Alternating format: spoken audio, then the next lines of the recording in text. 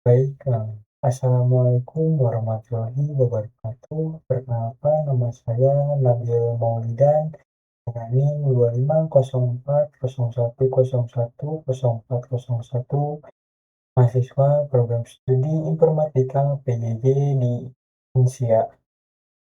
Pada video kali ini, saya akan mempresentasikan tugas ujian akhir semester pada mata kuliah Sistem Basis Data.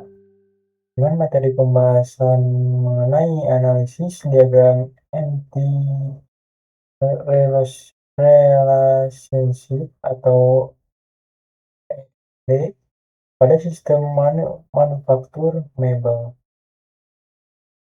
Mari kita mulai pembahasannya dari slide pertama mengenai latar belakang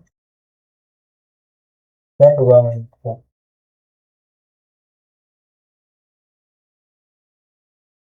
Industri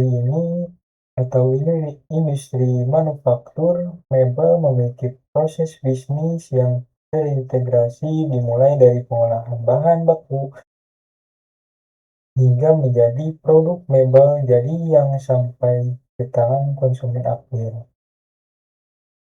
Ruang lingkup sistem basis data yang dirancang ini mencakup 3 pilar utama.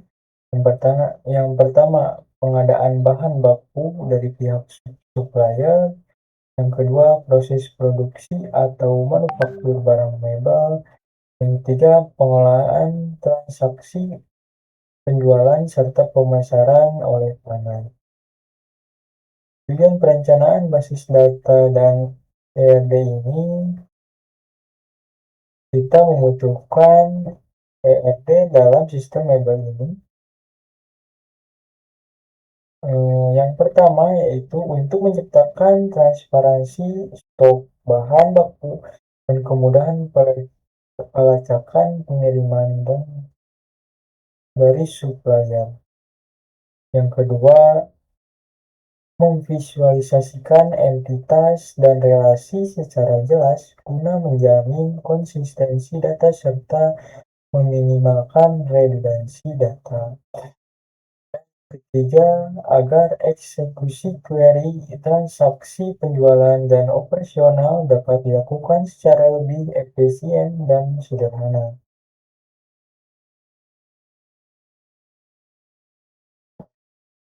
Sekarang bisa dilihat pada gambaran umum atau overview dari model diagram ERD ini yang telah dirancang.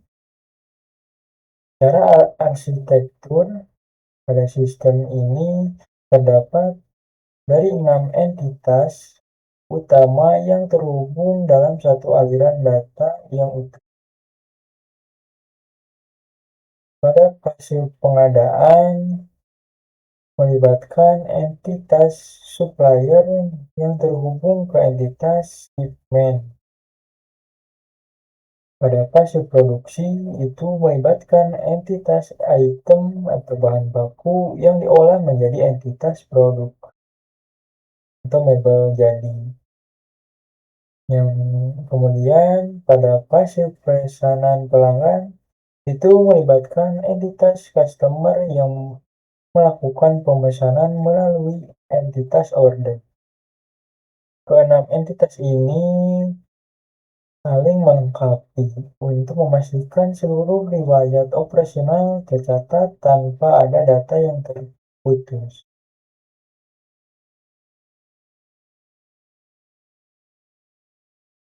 Identifikasi entitas dan atribut. Untuk memahami lebih rinci pada isi dari setiap entitas, mari bedah kamus data dan atribut pendukungnya. Ini ada beberapa. Yang pertama, supplier, yaitu entitas yang menyimpan data pemasok. Atributnya meliputi supplier unsur ID, name, dan alamat atau address. Yang kedua yaitu shipment, entitas yang mencatat pengiriman bahan baku dari supplier Atributnya terdiri dari shipment underscore ID, data date, dan supplier ID. Selanjutnya yaitu item, entitas yang menyimpan jenis-jenis bahan baku mentah, seperti kayu atau cat. Itu atributnya di item underscore ID, name, dan price. Selanjutnya ada produk, yaitu entitas untuk barang mebel siap jual. Itu seperti meja dan kursi. Yaitu pada atributnya meliputi produk, underscore ID, name, description, dan price. Selanjutnya customer. Ini pada entitas data pelanggan atau pembeli, atributnya mencakup customer underscore ID, name, phone, dan address. Selanjutnya yang terakhir order, yaitu entitas transaksi pemesanan. Berikutnya yaitu order underscore ID, order underscore date, dan customer underscore ID. Selanjutnya mari kita analisis aturan bisnis dan hubungan kardinalitas antar entitas. Pada supplier ke shipment 1 banding N, yaitu satu supplier dapat mengirimkan banyak pengiriman shipment, tetapi satu shipment spesifik hanya dikirim oleh satu supplier. Selanjutnya shipment ke item, itu satu pengiriman shipment dapat memuat banyak daftar item atau bahan baku. Pada item ke produk, itu hubungan money to money atau banyak ke banyak. Artinya apa? Itu satu item bahan baku dapat digunakan di banyak produk mebel dan satu produk membutuhkan banyak jenis item. Selanjutnya customer ke order. Pada satu customer dapat melakukan banyak transaksi pemesanan order. Selanjutnya produk ke order, yaitu satu transaksi order dapat memuat banyak produk yang dipesan.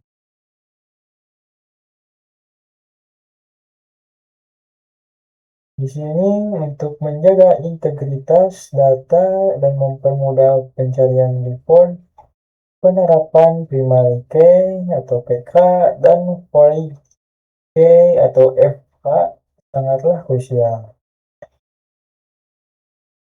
Bisa dilihat pada PK di sini bertindak sebagai identitas unik dari setiap record pada entitas kita. PK-nya adalah supplier underscore ID, shipment underscore ID, item underscore ID, product underscore ID, customer underscore ID, dan order underscore ID. Pada origin key atau FK bertindak sebagai kunci penghubung antar. Pada tabel shipment terdapat supplier underscore ID sebagai FK. Pada tabel item terdapat supplier underscore ID sebagai FK. Pada tabel order terdapat customer underscore ID dan product ID sebagai FK. Kombinasi PK dan FK ini memastikan integritas sekwensial antar tabel tetap terjaga. Ada satu aspek teknis yang sangat penting dalam perancangan basis data relasional pada slide ini, yaitu normalisasi relasi MN.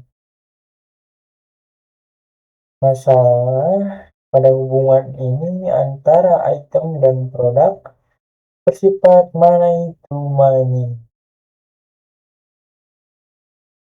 Relasi MN ini tidak bisa diimplementasikan secara langsung ke dalam RDBMS karena akan menimbulkan anomali dan redundansi data. Solusi normalisasi, kita memecah relasi MN ini tersebut menjadi dua relasi, satu N dengan menambahkan tabel perantara bernama product_item. Pada tabel product_item ini memiliki PK komposit gabungan dari product_id dan item_id. Pada FK, yaitu product_id mereferensikan tabel produk dan item ID mereferensikan tabel item. Pada atribut tambahan, atributnya yaitu quantity_required yang mencatat berapa banyak jumlah bahan baku yang dibutuhkan untuk memproduksi satu unit produk mebel tersebut. Kita next. Di sini setelah seluruh komponen ERD terbentuk, kita rangkum bagaimana alur operasional bisnis ini bisa berjalan secara end-to-end dalam 3 tahap utama. Yang pertama, pengadaan, mencatat data supplier dan penerimaan shipment bahan baku mentah yang masuk ke gudang. Yang kedua yaitu produksi, merakit dan mengolah bahan baku menjadi produk mebel sesuai komposisi bill of material pada tabel produk item. Yang ketiga yaitu penjualan, memproses transaksi order dari customer, mencetak invoice, dan mengelola pengiriman produk akhir. Dengan alur yang rapi ini, seluruh transaksi tercatat secara efisien dari hulu ke hilir. Demikianlah penerapan materi analisis diagram IRD atau ERD pada mata kuliah sistem basis data yang dapat saya sampaikan untuk memenuhi tugas UAS mata kuliah sistem basis data tentunya. Sekali lagi saya mengucapkan terima kasih yang sebesar-besarnya kepada Ibu dosen pengampu atas bimbingannya serta kepada rekan-rekan sekalian yang telah menyampaikan video ini. Sekali lagi mohon maaf apabila ada kekurangan atau kesalahan kata selama pemaparan. Video ini bermanfaat dan mudah-mudahan bisa sharing pada rekan-rekan yang lainnya untuk menambah ilmu ke depan. Terima kasih. Wassalamualaikum warahmatullahi wabarakatuh.